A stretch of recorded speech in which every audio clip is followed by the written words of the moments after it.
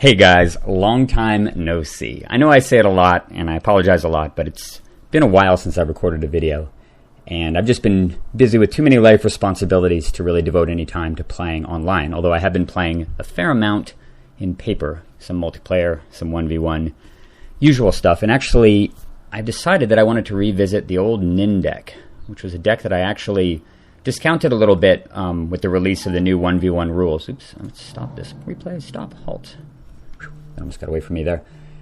Mainly because I felt that the deck was too dependent on fast mana, specifically the ban 3, to really be viable. Also, mana drain is really a critical card in the deck, and a few other pieces of it as well. And I just felt that the format might be a little bit too counter-heavy for Nin to work, especially because a lot of people are playing spot removal, single spot removal, because their decks are tuned around 1v1. And obviously Nin does not like spot removal very much. It sucks to invest 8 mana in an activation only to have them cast Fatal Push on your Nin or something like that. So I hadn't really been playing the deck, and I had been working with Nate on Breya for the past few months to pretty substantial success, actually. He's had a huge amount of 5-0s in the Commander League. I haven't really been playing the Commander League, but I've been playing Breya a lot in paper, and it's done extremely well there as well. So I have a ton of confidence in that deck, and I felt like it was time to revisit Nin with a bunch of different adjustments. You can see a couple of them in my hand right here. I've got Spell Snare, which I think has proven time and time again to be a pretty solid inclusion in the current metagame. It counterspells Baral, and of course Breya is chock full of signets and talismans, and Spell Snare takes that out pretty well. Plus, lots and lots of decks are playing 2-mana counters, and Spell Snare is a really powerful reactive card to have in your hand when you're fighting Permission War or something, because almost invariably a 2-mana counterspell like one of these two gets involved, or maybe even a Snapcaster Mage. And I had Scrying Sheets in the deck for the last couple weeks, and I think this game is sort of definitive, in my opinion, that the card doesn't belong in there. I think it's too greedy, and you just can't play with that many colorless lands in a deck that wants to play so many blue sources as well as red. And the Scrying Sheets keep showing up at bad times.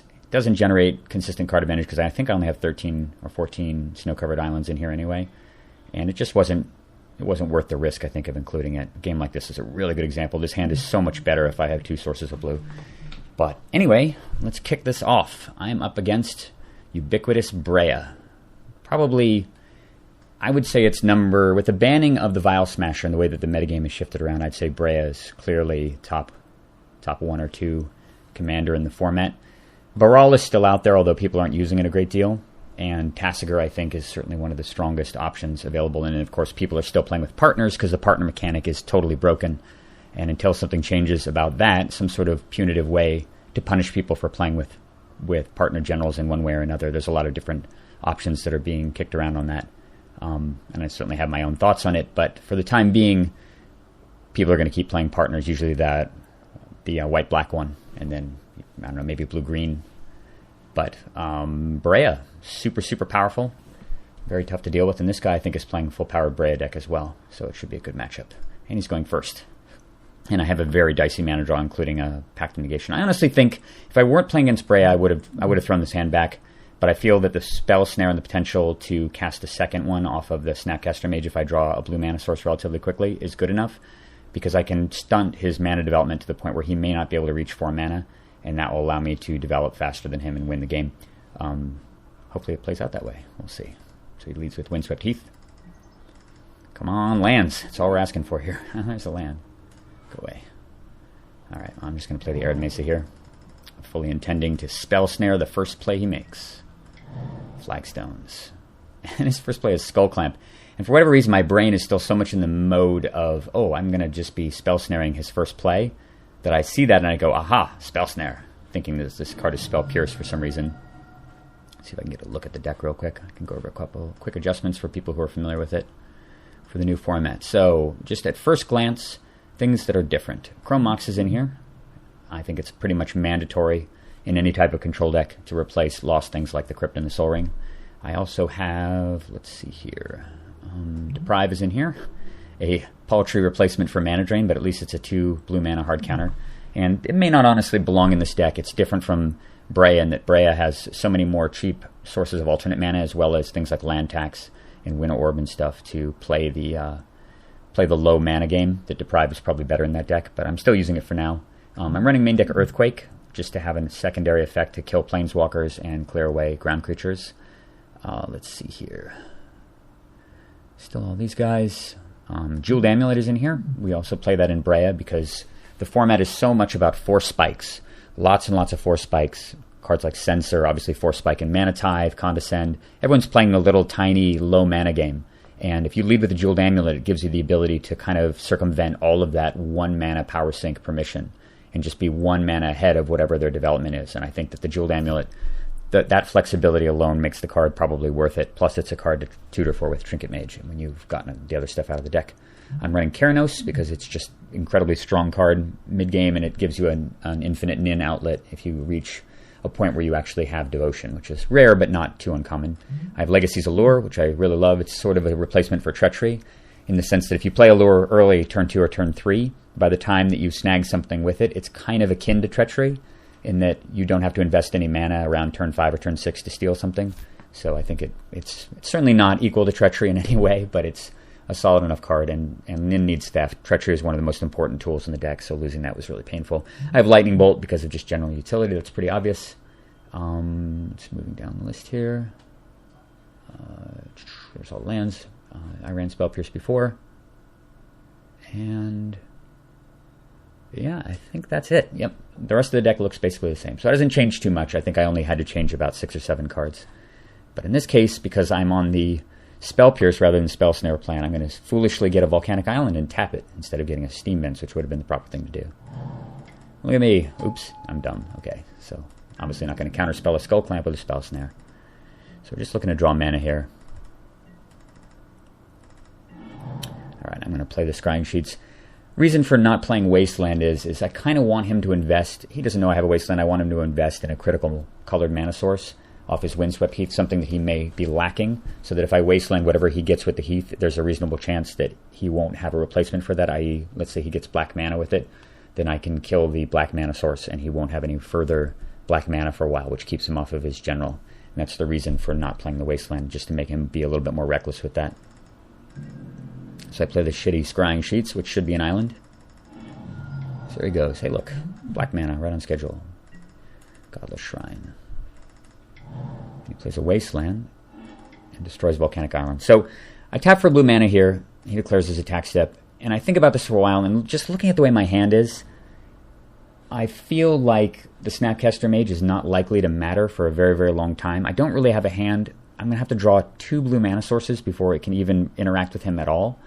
And additionally, I'm really worried that if I don't draw land for a turn or 2 here, notice I have 7 cards. I'm going to play Wasteland, but if I don't draw land for 2 turns, I'm going to enter a discard step and have to start throwing away cards in my hand, which I really, really don't want to do. And with that in mind, I decided I'm just going to flash out the Snapcaster Mage, just to put some pressure on him. I mean, it's possible that he's totally mana screwed too, and I might wind up doing 10 or 15 damage with this before he can deal with it. So I figure it's probably worth it, especially because I'm now, pretty much regardless of what I draw, I'm going to be destroying the Godless Shrine with the Wasteland and reduce him down to just the Flagstones. And hopefully draw a blue mana source to Spell Snare any mana acceleration you might have. We'll see what the Snapcaster can do. And I draw a Chrome Mox right off the top, which is extremely timely because it's going to give me blue mana. And of course I'm going to imprint this useless Pact of Negation. Bring the beats. And when I see this, look at that. No land. Incredible. I was actually really rather surprised that he was so quick to use Wasteland, and even more surprised that he went and he got Godless Shrine. But I suspect that the Godless Shrine was some sort of preemptive thing. He must have some sort of black card in his hand that he was intending to cast with it. Maybe Demonic Tutor, actually. So the Wasteland was really timely. I draw Thought Vessel. It's not blue mana, but at the same time, it is mana by itself. So I'm getting close to this Fact or Fiction, which is really nice. Watery Grave, but it's tapped. And I was really glad when this came into play tapped, because it meant that he didn't have a Talisman to cast around my Spell Snare. Really want to draw another land here. Alright, another mana artifact that I have to cast. Okay, well I've got 4 for Fact or Fiction, and I still can defend with Spell Snare, so I'm feeling pretty good. Come on, no land. Volcanic Island. And 3 mana, and he transmutes Teleria West. So in his position, I think I would either just tutor for a fetch land, or I would just get whatever color I was missing. So that would probably be something like Underground Sea. Then you'd have red, blue, black, white. But instead, he gets Chrome Mox, which is really baffling to me. I'm not really sure why I understand why he would do that, especially because it gives me the opportunity to counterspell a mana source. And sure enough, my deck delivers a negate right on schedule. This Trinket Mage is just eating his face. I think that's, what is that, 8 damage now? It's pretty amazing. 8 or 9? Yeah, I guess it's 9 or 8 damage with it. All right. So he leads with Chrome Mox. No question I'm negating this, especially because he tutored for it. It's really unlikely he has another mana source in his hand. I expect him to fight over it, which is fine, because if he does fight over it, I'm going to be able to Factor Fiction on my turn. And instead, he just lets it go and says done, which is just amazing. All right, I'm going to attack again. It's down to 19. All right, so here I've got a dilemma. I can play the Worn Power Stone and tap down to just a single blue mana source. But at the same time, I really kind of want to cast Factor Fiction. I fully expect, I'm just going to play worst case scenario, and I figure he's going to just be drawing a land or some sort of mana source next turn. That's worst case scenario, in which case he plays Breya. So what am I more prepared to face Breya with? A Worn Power Stone and a single blue mana source, or the top of my library, the 5 cards of my library, and potentially 2 to 3 very, very good spells against Breya. And Breya's doubly important that I deal with the Breya immediately because of the Skull Clamp. So I know I have Vandal Blast in my deck, and if he taps out to play Breya, which would make perfect sense, and I can't counterspell it, if I Factor Fiction in response and I hit something like a red mana source and Vandal Blast, I could obliterate his board and continue to attack him with the Snapcaster Mage.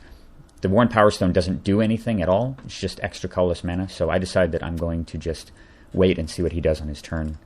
And it's possible, actually, that if he just draws and says go, I may just do nothing, because he'll have to discard in short order. Okay, so he draws and says nothing. So I'm not going to do a thing. I'm just going to wait. All right, excellent. 2 blue mana sources. And when I attack again, he taps 2 blue to kill the Snapcaster Mage. So that's fine. I'm not going to fight over it. There's absolutely no reason to do that, even though I could muddle it, because I'd be defenseless on blue mana, and it wouldn't even allow me to Factor Fiction. So, regretfully, the Snapcaster Mage dies, having dealt some absurd amount of collective damage to him, like 12. Just pretty amazing. All right, so again, I have that same option to just wait here, but because I now have 2 blue mana, I decide that I'm going to play the Worn Power Stone. The reason being that on the following turn, I should be able to, especially if I do draw another blue mana source, I should be able to cast the Factor Fiction and defend it in the same turn. So now it makes sense to play the Worn Power Stone, because I can just counterspell the Breya. And he goes back to his turn. I'm sure he's grumpy that he's still stuck at 7. All right. Oh, that is quite a rip. Mox Opal. Wow, that puts me so far ahead in mana, too, and I have the ability to Factor Fiction as well. So I'm just going to say done. On his turn, he goes to Combat Step. And in many situations here, I would have just said done. Reason being that he's now discarding. And, that's a pretty ideal situation when your opponent's stuck at 3 land and they have to discard. But at the same time, I would like to resolve Nin the Pain Artist on the next turn if the Factor Fiction plan doesn't work. Plus, I have a very, very good use for Muddle the Mixture here if he does have some way to interact with the Factor Fiction. So with that in mind, I'm going to cast Factor Fiction here, fully intending that he'll fight a counter war over it, and I intend to just muddle it. And even if he counterspells back, I should be able to just play Nin and fight over whatever he does on his turn, and win the game from there. And he's got Red Elemental Blast, which is basically the perfect counter here.